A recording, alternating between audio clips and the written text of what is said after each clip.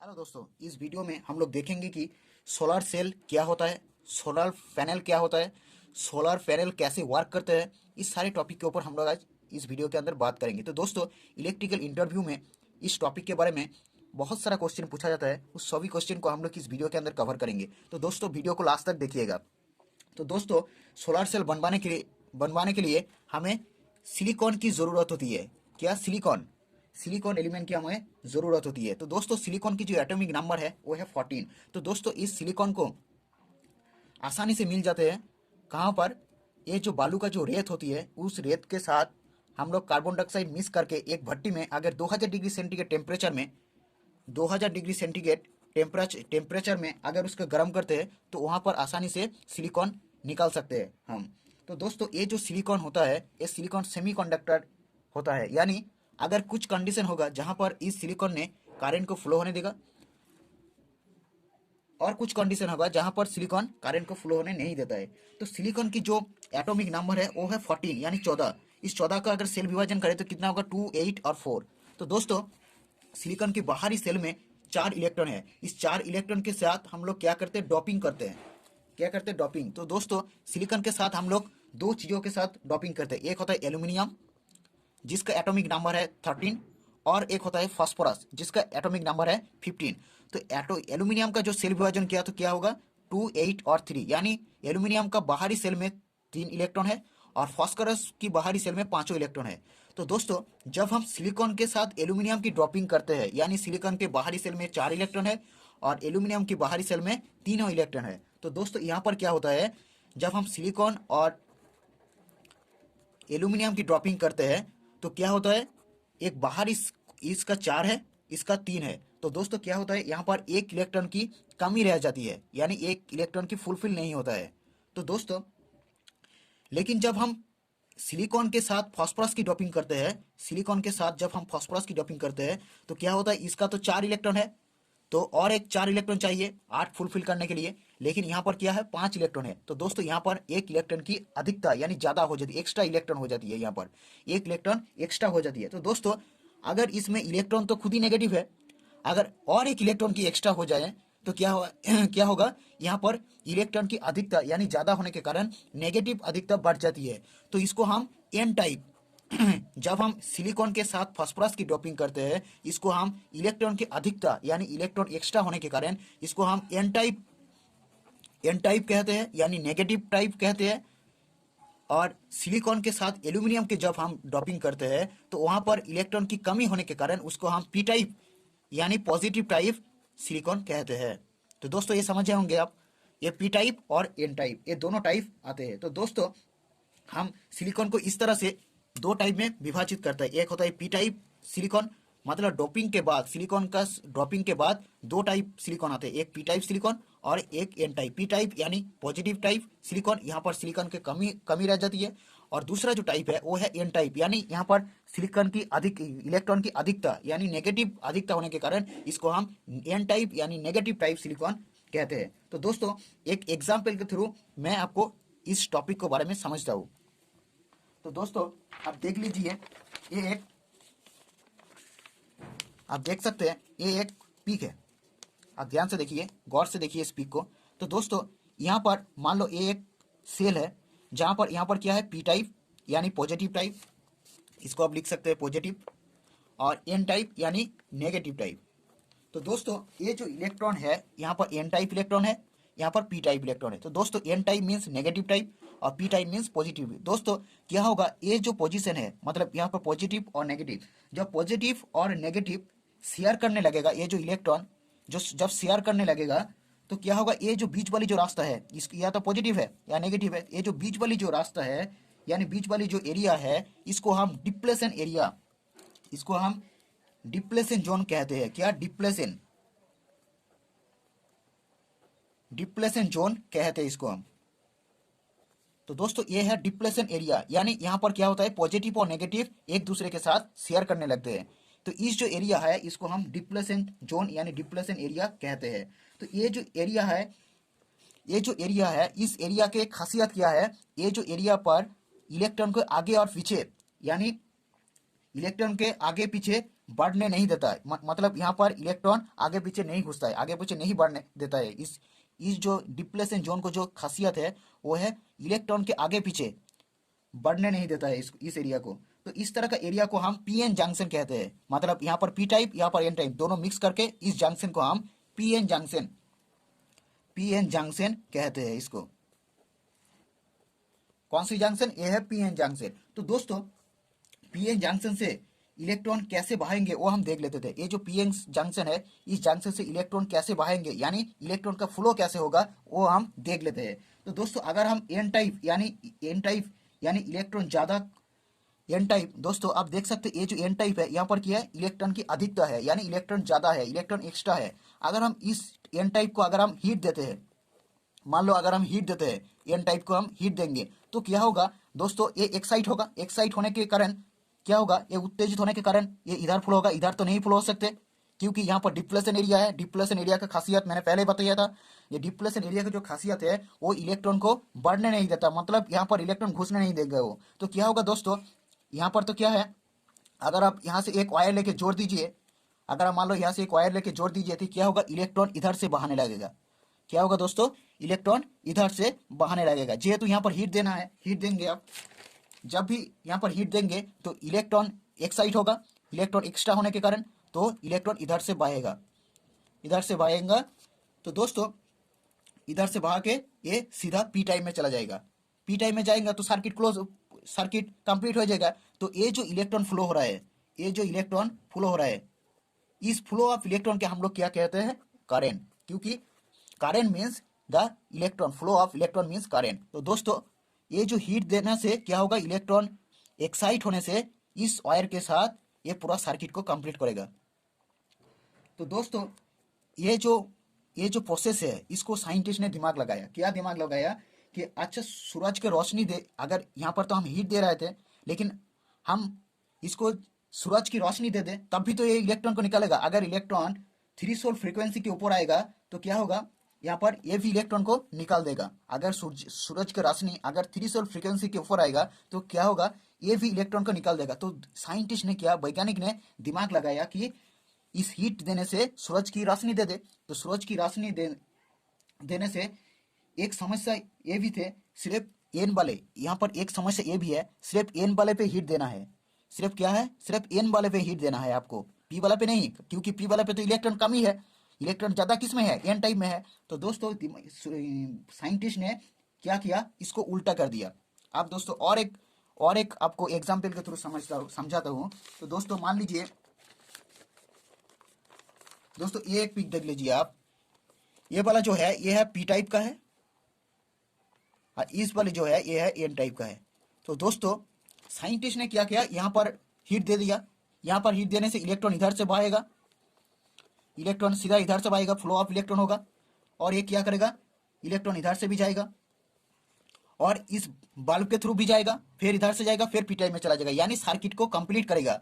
तो ये जो फ्लो ऑफ इलेक्ट्रॉन, इसको हम पहले बोला था, इसको है करेंट। तो दोस्तों वैज्ञानिक ने क्या किया, अगर सिर्फ इस पर एक समस्या क्या है, सिर्फ एन टाइप में आपको हीट देना है, तो वैज्ञानिक ने क्या किया, इसको उल्टा कर दिया। यानी यहाँ पर है तो इसको क्या इधर कर दिया, मतलब इसको क्या किया, ऐसा कर दिया।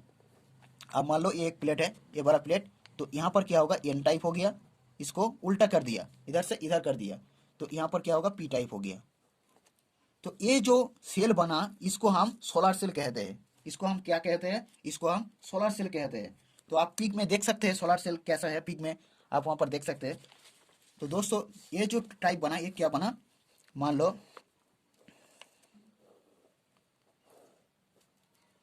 तो इधर से हो गया एन टाइप, इसको साइंटिस्ट ने क्या किया, उल्टा कर दिया और नीचे हो गया पी टाइप।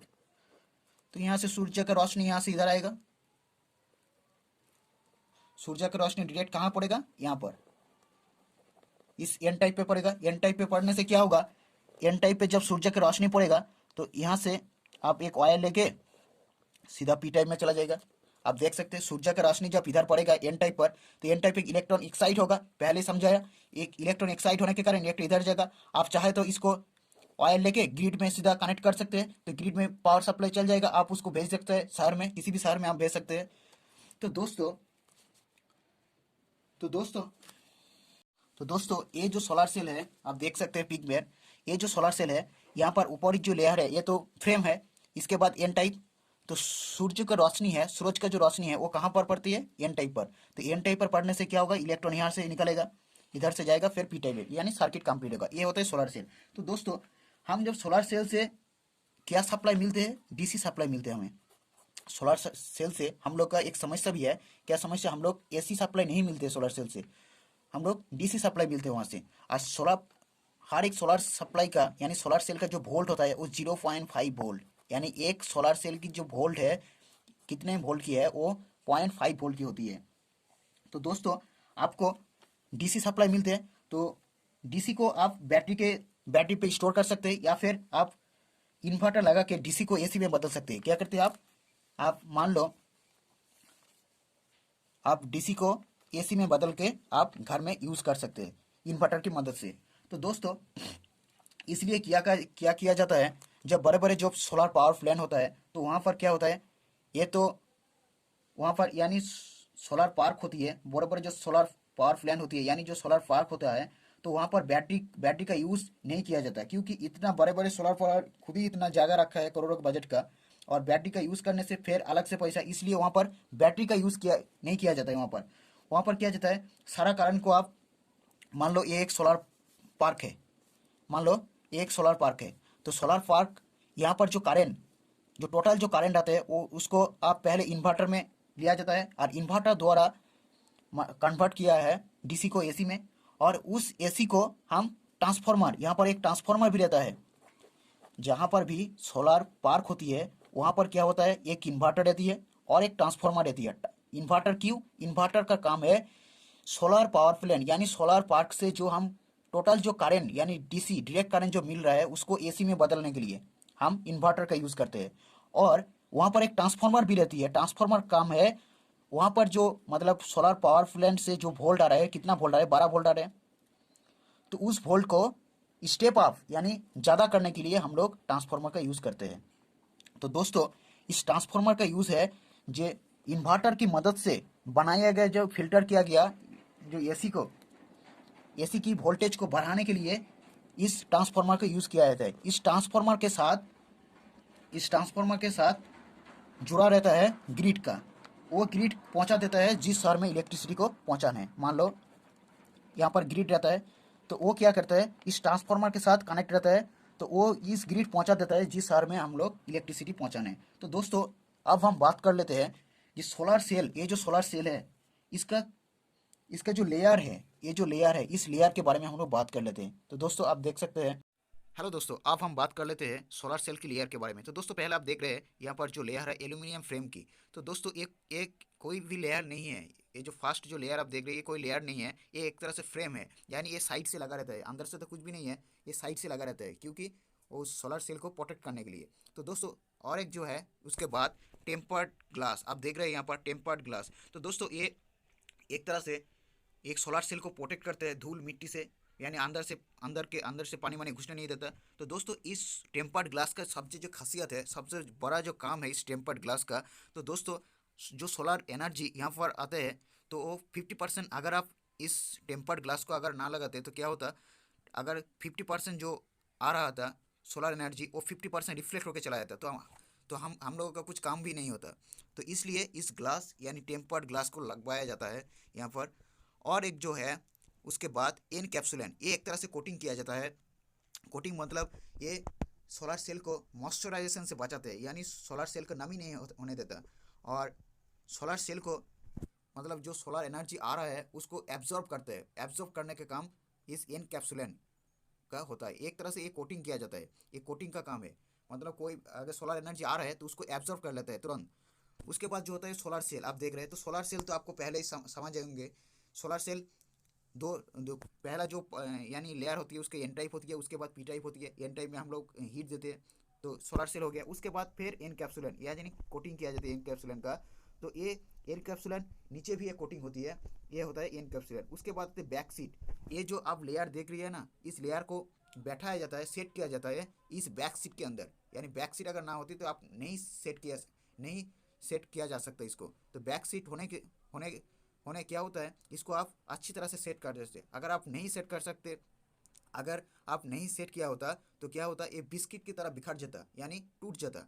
तो फिर आएगा जंक्शन बॉक्स। ये बॉक्स, ये जो सारी लेयर के जो टोटल जो करंट मिलता है यहाँ से, इस जंक्शन बॉक्स के साथ हम लोग वायर की कनेक्ट करते हैं, यानी कोई भी अगर वायर यहाँ से कनेक्ट करके हम लोग करंट को निकाल सकते हैं यहाँ से। तो ये होता है जंक्शन बॉक्स। तो दोस्तों आप समझ ही होंगे, पहला जो था वो फ्रेम था एक तरह से। हेलो दोस्तों, ये जो सोलर सेल होती है, ये सोलर सेल बहुत ही छोटा डिवाइस, यानी बहुत ही स्मॉल डिवाइस होती है। इसका जो वोल्ट है वो है 0.5 वोल्ट, यानी एक सोलर सेल की जो वोल्ट है वो है 0.5 वोल्ट। तो भाई साहब 0.5 वोल्ट में तो कुछ नहीं चलता है, एक पंखा भी नहीं चलेगा। तो क्या होता है, आप पढ़े होंगे यूनिटी हैवी स्ट्रेंथ, यानी एकता में बल है। तो क्या करते हैं हम, इस सोलर सेल को कहीं तो हम लोग इकट्ठा कर देते हैं इसको। तो आप देखते से जब हम कुछ सोलर सेल को लेकर कहीं तो इकट्ठा कर देते हैं तो उसको हम बोलते हैं मॉड्यूल, यानी उसको हम कहते हैं मॉड्यूल कहते हैं। तो ये जो मॉड्यूल आप देख रहे हैं साइड के चित्र में, ये मॉड्यूल जो होता है, इस मॉड्यूल का वोल्ट अभी ज़्यादा हो गया, यानी यहाँ पर जो था 0.5 वोल्ट का एक सोलर सेल होती है। तो इस मॉड्यूल के अंदर टोटल 72 सोलर सेल है, यानी कितने वोल्ट हो गया, 36 वोल्ट। 36 वोल्ट तो भाई साहब ज़्यादा हो गया। तो क्या करते हैं, आप इस मॉड्यूल को जब हम ग्रुप बना देते हैं इसको, मतलब आप मान लो कोई भी छत के अंदर, छत के ऊपर अगर बिछा दिया उसको, तो इस मॉड्यूल का हम लोग जब ग्रुप बना देते हैं उसको हम कहते हैं सोलर पैनल। आप उसको क्या क्या कह सकते हो, उसको हम सोलर पैनल कहते हैं। और सोलर पैनल का जब हम ग्रुप बना देते हैं उसको हम बोलते हैं सोलर एरे। आप देखे होंगे जब हम छत के ऊपर, पूरा छत के ऊपर, यानी एक बड़ा छत के ऊपर बिछा देता है इस सोलर पैनल को, उसको हम बोलते हैं सोलर एरे। और पूरी जब जमीन में, यानी आप 20 बीघा का आपका ज़मीन है, पूरे ज़मीन में आप जब सोलर पैनल को बिछा देते हो उसको हम बोलते हैं सोलर पार्क। ये सोलर पार्क, उसको हम सोलर पार्क बोलते हैं। हेलो दोस्तों, अब हम बात कर लेते हैं दोस्तों सोलर सेल की जो कैटेगरी है, उस कैटेगरी के, यानी सोलर सेल कितना प्रकार की होती है उस प्रकार के बारे में हम लोग बात कर लेते हैं। दोस्तों सोलर सेल तीनों टाइप आते हैं दोस्तों मार्केट में। आप, एक होता है पॉलीक्रिस्टलाइन, और दूसरा जो है वो है, एक होता है मोनोक्रिस्टलाइन, सॉरी, जो पहला जो है मोनोक्रिस्टलाइन, जो दूसरा है वो है पॉलीक्रिस्टलाइन, जो तीसरा है वो है थीन फिल्म। तो थीन फिल्म ज़्यादा मार्केट में ज़्यादा यूज़ नहीं होता, ज़्यादा लोगों के पास सिर्फ दो ही यूज़ किया जाता है। एक होता है मोनोक्रिस्टलाइन, जो दूसरा है वो है पॉलीक्रिस्टलाइन। ये दोनों हम लोग यूज़ करते हैं दोस्तों। तो मोनोक्रिस्टलाइन जो होते हैं ये ब्लैक कलर की आती है दोस्तों, ये होती है ब्लैक कलर की। और जो पॉलीक्रिस्टलाइन होती है ये होता है ब्लू कलर की। आप चित्र में आप देख सकते हैं मोनोक्रिस्टलाइन और पॉलीक्रिस्टलाइन। तो दोस्तों ये जो मोनोक्रिस्टलाइन होती है दोस्तों, ये बहुत ज़्यादा बढ़िया होती है, ज़्यादा बढ़िया, ज़्यादा छोटा होता है दोस्तों साइज में, ये साइज में ज़्यादा बड़ा होता है। और दोस्तों मोनोक्रिस्टलाइन की जो खासियत है दोस्तों, ये कम रोशनी में भी काम करते हैं, यानी इसको ज़्यादा रोशनी नहीं चाहिए, लेकिन पॉलीक्रिस्टलाइन को ज़्यादा रोशनी चाहिए, मतलब रोशनी इसको कर कर का धूप चाहिए। और मोनोक्रिस्टलाइन जो होती है ये बादल में भी काम कर देगा आपको। तो दोस्तों मोनोक्रिस्टलाइन एक तो ये ब्लैक कलर की आती है, दूसरा जो है कम रोशनी में भी काम करेगा, दूसरा ये बादल रहेगा तब भी ये काम करेगा, और तीसरा जो है ये इतना फैसिलिटी ज़्यादा होने के कारण इसका महंगा भी आती है दोस्तों। मोनोक्रिस्टलाइन जो होती है वो महंगा भी आती है। तो दोस्तों, और पॉलीक्रिस्टलाइन जो होती है दोस्तों ये ब्लू कलर की आती है, और ये महंगा, ये थोड़ा सस्ता आती है दोस्तों, और ये छोटा होती है, और इसको कर कर के धूप चाहिए, यानी जहाँ पर राजस्थान, जहाँ पर धूप ज़्यादा होती है वहाँ पर हम लोग पॉलीक्रिस्टलाइन को यूज़ करते हैं, यानी इसको फुल रोशनी चाहिए, फुल रोशनी पे ये काम करेगा दोस्तों। तो दोस्तों हम लोग गवर्नमेंट जब यूज़ करते हैं, गवर्नमेंट वो पॉलीक्रिस्टलाइन यानी वो महंगा वाला को यूज़ करते हैं, किसको, क्योंकि उसका पैसा ज़्यादा है इसलिए। तो दोस्तों ये जो साइज मोनोक्रिस्टलाइन आप देख सकते हैं चित्र में, ये इस तरह का होता है, यानी साइड साइड में काटा रहता है यहाँ पर। तो ये जो एरिया है इस गोल, यहाँ पर थोड़ा थोड़ा व्हाइट कलर का छेद रहता है, किंतु पॉलीक्रिस्टलाइन जो होता है स्क्वायर टाइप होता है, इस टाइप का होता है, ये स्क्वायर टाइप होता है, यहाँ पर कोई छेद नहीं रहता, आप देख सकते हैं चित्र में। तो दोस्तों यही था। तो दोस्तों आई होप इस टॉपिक के बारे में, इस सोलर पैनल वर्किंग के बारे में आपको कुछ बेहतर जानकारी मिली होगी। तो दोस्तों वीडियो को लाइक करें, और इस चैनल को, यानी इस चैनल पर आपको इलेक्ट्रिकल इंटरव्यू रिलेटेड बहुत सारा क्वेश्चन, यानी बहुत सारा वीडियो आपको मिलते रहेंगे इस चैनल पर। तो वीडियो को लाइक करें, वीडियो को सब्सक्राइब करें, इस चैनल को सब्सक्राइब करें दोस्तों।